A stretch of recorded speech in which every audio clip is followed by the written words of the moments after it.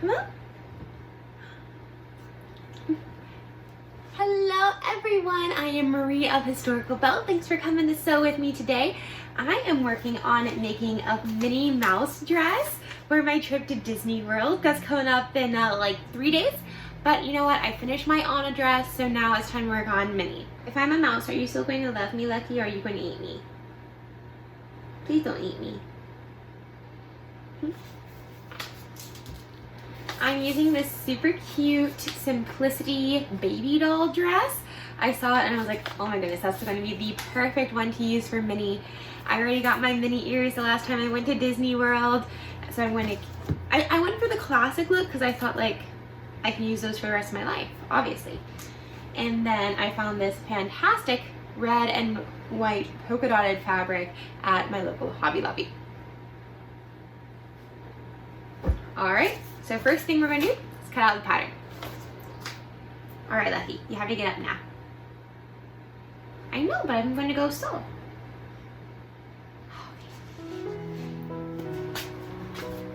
I used Simplicity pattern 9846, the baby doll dress, to make my Minnie Mouse DisneyBound.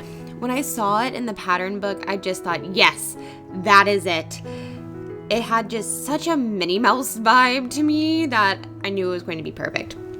Now you might be wondering, what is DisneyBounding? Well, DisneyBounding is wearing an outfit that resembles a Disney character without it being a full-on costume. Because if you are over the age of 13, you are not, sadly, allowed to wear a costume into the Disney parks. Unless it's for like a special event or something. Now the main rule about that is because they don't want you accidentally mistaken as a Disney character, because they have those running around. Now, even though my Minnie Mouse dress is like just like Minnie Mouse's dress, I am in no way, shape, or form going to be mistaken for a mouse, because I am most definitely a human, so it doesn't have to not look like Minnie Mouse, if that makes sense. Here I have just assembled the bodice. It went together so easily, just has the front piece with 2 darts and then the 2 back pieces, and well, the bodice is together.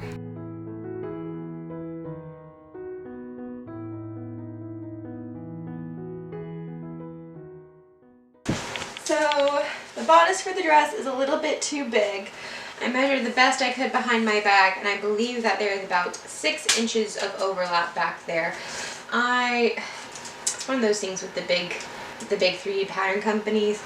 They have a giant seam allowance, and I never sew with that giant seam allowance.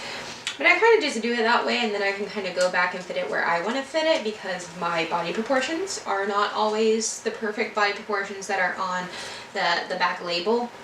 I'm like, you know, my bust is one size, my waist is another size, my hips are another size. So if you just kind of make it big and then you can kind of tailor it to yourself as you go, it works out okay. So I'm going to take in the sides by about 1 inch. I'm going to probably almost do like a dart on the sides when I take in the sides, because it's pretty it's tighter up here than it is down here for reasons. So I think we're going to take in about like 1 inch, maybe even 1.5 inches at the waist. But then like I feel like the arm side is pretty it's not like super tight, but it's tight enough. So I made those modifications to the bodice, and then I added the sleeves. There were several options for sleeves with this pattern. I chose to use these cute little cap sleeves for the dress, which are also, well, pretty much like the ones on most of Minnie Mouse's dresses. You know, as I was researching this, Minnie actually has like a lot of dresses that are all just variations of the red polka dot dress. I then sewed the panels of the skirt together, and I added a gathering stitch to the top of all of the skirt panels so that I could pull the thread and gather them together.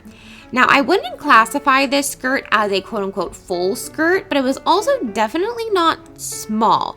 The twirl factor was not there, but there was a fair amount of fabric. After evening out all of the gathers, I pinned the bodice to the skirt and sewed it together. I was very excited, but also a little confused with how fast this dress went together.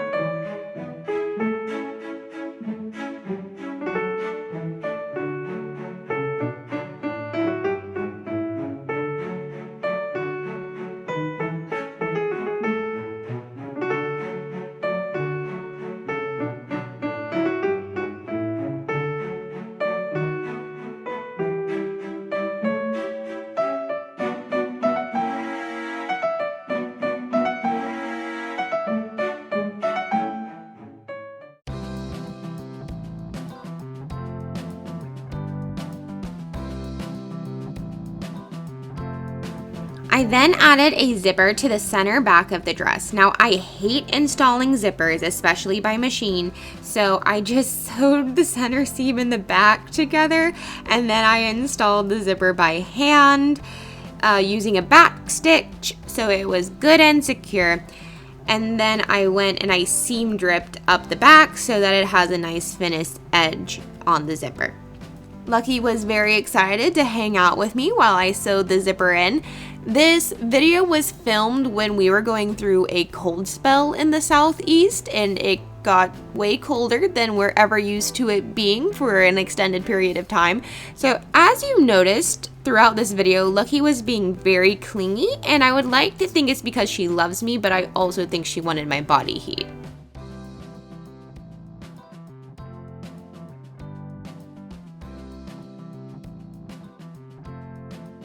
It was then time to attach the collar. Now, I had never sewn a collar quite like this one. It was really wide, like really wide, and it was rather stiff as it called for 2 layers of fabric and also interfacing. I'm not completely sure if I sewed it on right, even though I really tried. I trimmed the seam allowance for ease and everything before I top stitched it on. But it didn't feel like it was laying right, and I couldn't tell if it was just the pattern or me, but yeah, here it is. So I really like the dress. I think that it's looking great. The collar is a little, it looks like it's going to have a little bit of wings, like it wants to fly away. I think that's mainly because I have sloping shoulders, and this is made for a very square person, which, like, if I, I can't even see. If I had square shoulders, this would lay fine, but I do not. So, to make this a little bit better, I think, also there's like a little gap right here, which I'm just not the biggest fan of, so I think I'm going to put a bow here, and then this kind of looks more like a little sailor's collar. It still looks very Minnie Mouse though. I'm toying with the idea of kind of doing a cap here to kind of hide that line of stitching that I don't like. So we'll see what happens if I like that or not. Yeah, so I definitely ended up using the ribbon to encase the edge of the collar. I really didn't like how the collar ended up, but the black ribbon helped hide some of the weirdness that the fit of the collar was having. But that was the last step I needed to do before going to Disney. I wore the Minnie Mouse DisneyBound on our first day of trip when we went to Magic Kingdom. Because I mean, look, you can't get any more classic Disney than Mickey and Minnie. My wonderful and supportive husband DisneyBounded as the Mickey Mouse to my Minnie Mouse. We are ready. This looks like the place.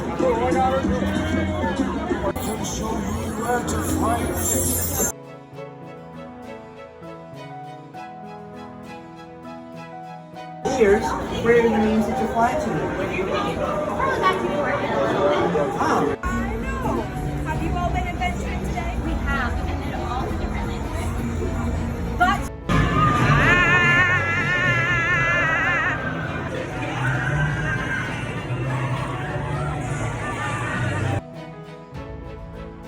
we really enjoyed all of the cast members' reactions to us.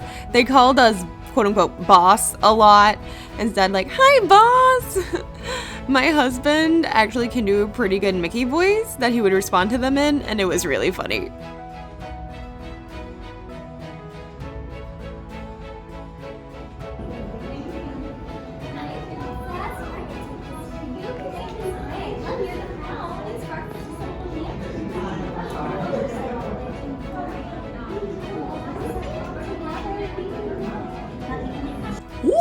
Boy! Thanks for coming along on this magical adventure with us. Remember, like and subscribe, and comment below. The mouse wants to hear from you.